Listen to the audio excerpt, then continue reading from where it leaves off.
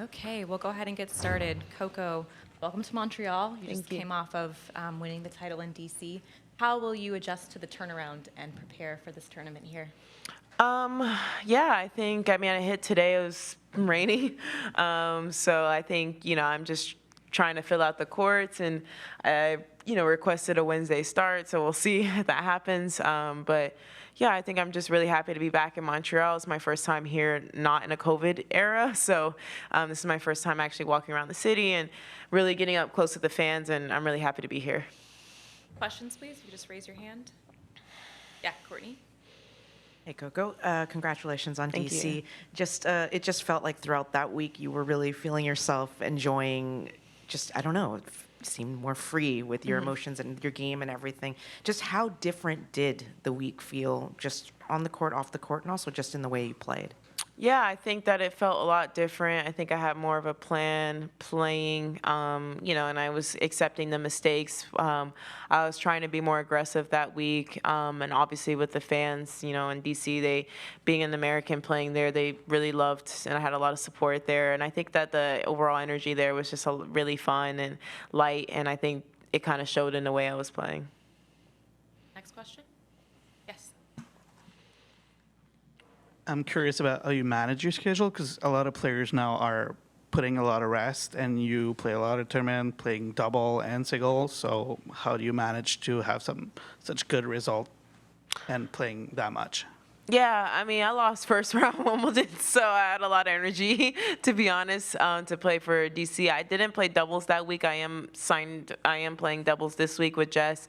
And yeah, I wanted to play both this week because, obviously, if this week goes well, which I hope it does, then, Cincinnati could be up in the air, because then that would be like 3 tournaments back to back to back. But if not, then I'll play Cincinnati. So, yeah, it's just I wanted to still play in this tournament. Also, Jess and I won this last year. Even though it was in Toronto, I just felt like I wanted to come and play and see how I can do. This is my first 500 title, and, a lot of the top players, they're winning a lot of these tournaments back to back. So I just want to test my match toughness in a way. Question up front. Hello, Coco. Further to that, there's not too many players who are ranked top 5, top 10 in both singles and doubles. Is that something you'd like to do throughout your whole career? Is that something you see more as temporary? How do you view the doubles in your career?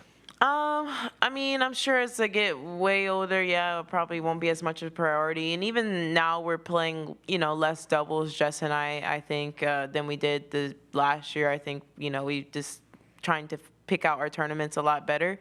The ranking in doubles honestly isn't a priority. It just kind of happens when you do well, so it's not something that I'm thinking about.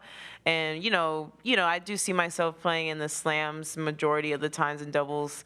At least maybe probably not every slam, but maybe U.S. Open and that slam I think is the one that I would prefer to play as much as possible.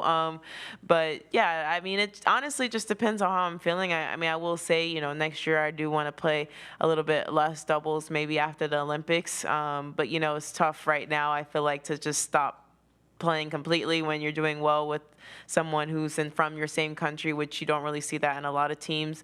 One of my biggest dreams is to win a gold medal. And frankly, I think one of the medal thing is one of the things that it doesn't matter what event is in. Gold medal's a gold medal, where I feel like, the Grand Slams is definitely way cooler to win a singles one than a doubles one. So, that's probably my thinking that at least, through the Olympics, I want to try my best to stay ranked high enough so we can qualify.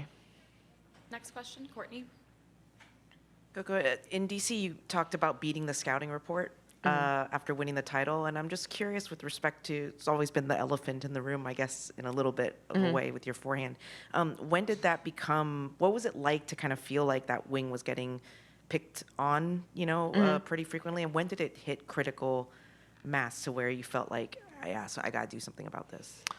I would say for the last couple of years, it's obviously something that I needed to work on, and it has gotten better. A lot of people don't realize it's not easy to fix things while you're playing, and I didn't want to take time off from playing, I still felt like I had a shot in the slams. I mean, I made a slam final last year, so it's something that I needed to work on, and it's still something I needed to work on. And even like on my backhand side, there's shots that I think that I can work on that wing too.